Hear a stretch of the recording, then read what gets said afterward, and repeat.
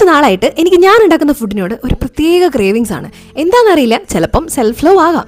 അങ്ങനെ കുറേ വീഡിയോസൊക്കെ കണ്ടതിന് ശേഷം ഞാൻ തന്നെ കണ്ടുപിടിച്ച ഒരു മന്തിൻ്റെ റെസിപ്പിയാണ് കേട്ടോ ഇത്. പിന്നെ നിങ്ങളുടെ മന്തിയായിട്ട് ഇത് കമ്പയർ ചെയ്യരുത്. നിങ്ങളുടെ മന്തിയും ഈ മന്തിയും തമ്മിൽ ആനയാടും തമ്മിലുള്ള വ്യത്യാസം ഉണ്ടാവും. അതെന്താ നിങ്ങൾക്ക് കാണുമ്പോൾ തന്നെ മനസ്സിലാവും കേട്ടോ. പിന്നെ ഞാൻ അത്രയും ഇഷ്ടത്തോടെ ഉണ്ടാക്കി കൊടുക്കുന്ന ഫുഡ് അതുപോലെ ആസ്വദിച്ച് കഴിക്കാൻ കുറച്ച് മനുഷ്യർ ഇവിടെ ഉണ്ട്. അതെനിക്ക് അതിലും സന്തോഷമാണ് കേട്ടോ.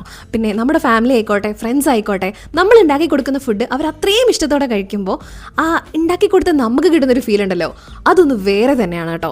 അതിന് വേണ്ടിയിട്ടാണ് എത്ര നേരം കഷ്ടപ്പെട്ടാലും വേണ്ടില്ല ഞാൻ നല്ലപോലെ കുക്ക് ചെയ്യാൻ വേണ്ടിയിട്ട് ട്രൈ ചെയ്യുന്നത്.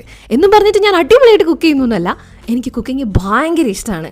എന്താണെന്നറിയില്ല, ഇഷ്ടമുള്ള കാര്യം ചെയ്യുന്നതുകൊണ്ടാവാം കുക്ക് ചെയ്യുന്ന സമയത്ത് ഞാൻ ഭയങ്കര ഓക്കെ ആയിരിക്കും. എനിക്ക് ഭയങ്കര എന്തോ ഒരു സാറ്റിസ്ഫൈഡ്, എന്തോ ഒരു സമാധാനമാണ്. എല്ലാവർക്കും അങ്ങനെ ആവണമെന്നില്ലല്ലോ, ഓരോരുത്തർക്ക് ഓരോ രീതിയിലായിരിക്കാം. എനിക്ക് കുക്ക് ചെയ്യുമ്പോഴാണ് കേട്ടോ ഏറ്റവും കൂടുതൽ സമാധാനവും ഒക്കെ കിട്ടുന്നത്. അല്ല, നമ്മൾ മന്തിന്ന് വിഷയം മാറിപ്പോയല്ലോ. അങ്ങനെ മസാലാസ് എല്ലാം ചേർത്തതിന് ശേഷം നമ്മൾ ചിക്കൻ ഒന്ന് അല്ലെങ്കിൽ ഒരു 2 വിസിൽ, ഞാൻ 2 വിസിൽ അടിച്ചു കേട്ടോ. അതിന് ശേഷം ചിക്കൻ നമ്മൾ ചെറുതായിട്ടൊന്ന് ഫ്രൈ ചെയ്യണം. അത് വേണമെന്നുള്ളവർക്ക്, ആ പച്ച ടേസ്റ്റ് ഇഷ്ടമല്ല എന്നുള്ളവർക്ക്.